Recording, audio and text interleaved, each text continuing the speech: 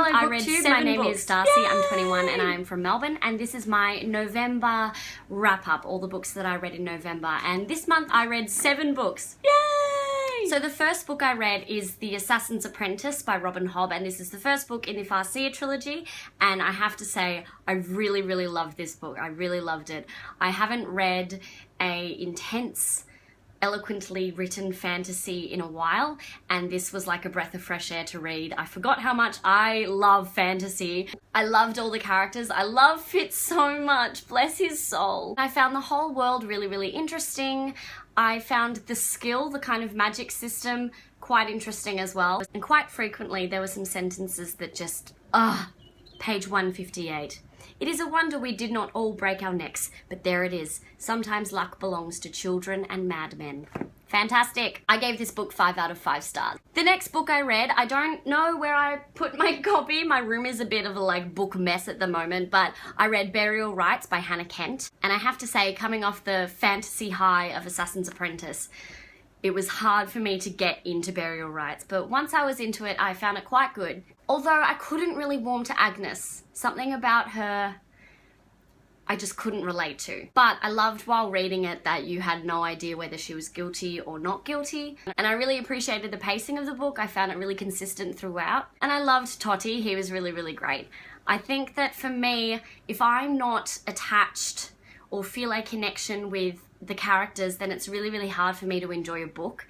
And so Toddy was actually the reason that I kept reading the book. But I can completely see why a lot of people really, really love it. But I gave that book 3.5/4 stars out of 5. Then I read The Sculptor by Scott McCloud, and I loved it so damn much. I would recommend this book to anyone, even for people who maybe don't enjoy graphic novels. I loved it. I really related to different situations that he was in.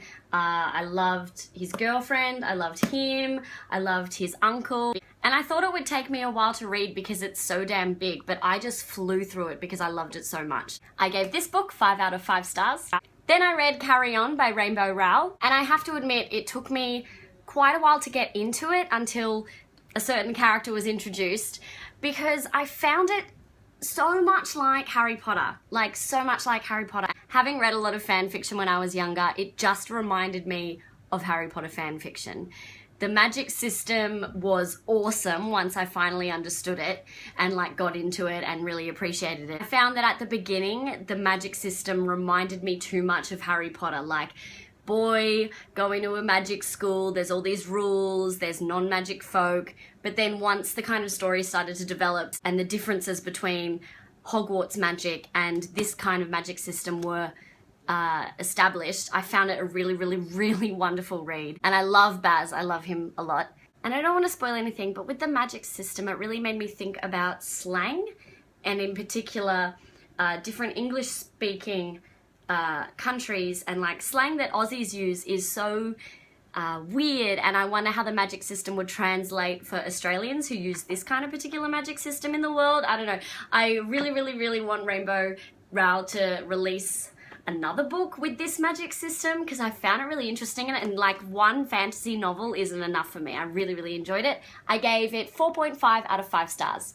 Then I read this brilliant book, The Illuminae Files by Amy Kaufman and Jay Kristoff. And I thought because of the format it was in that I wouldn't get attached to any of the characters, but I ended up really, really loving all of the characters, really. I think that having that format, removing you from the characters a little bit, actually makes you want to learn more about them or something like that. I found it mysterious and entrancing, and I could so clearly visualize everything that was happening. I heard a rumor, not a rumor, I went to the bookshop the other day, my favorite bookshop, and one of the sales assistants told me that they're actually making it into a movie, which is amazing.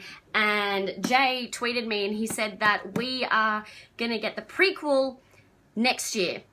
Sorry, sequel next year. But I really want a prequel. I always get those two mixed up. I don't know why. Even though I loved it immensely, I probably wouldn't recommend this book to everyone. You kind of need to understand internet language to kind of get it. But that, while I was reading it, it actually made me feel I don't know, this like weird sense of belonging to the internet club. I don't know, that I understood what like BTW and all that kind of stuff meant. Like I know that my parents really probably wouldn't enjoy reading this book, but I found it mind-blowingly good. And I gave it 5 out of 5 stars. And then I read Tuesdays with Morrie by Mitch Albom, and as I've said on pretty much every single one of my videos, I love Mitch Albom, and I don't know why I haven't read Tuesdays with Morrie, because it is his first released and probably his most recognised book. And even though it's really, really small, goddamn, he makes me feel. It was such a joy to read this book. It was such a joy. I cried on the train while reading it. And I've said it before, but Mitch Albom's books always just have a really lovely, simple, beautiful message to them. It's the way he writes sentences. Oh, okay. When he smiles, it's as if you just told him the first joke on earth. Mitch.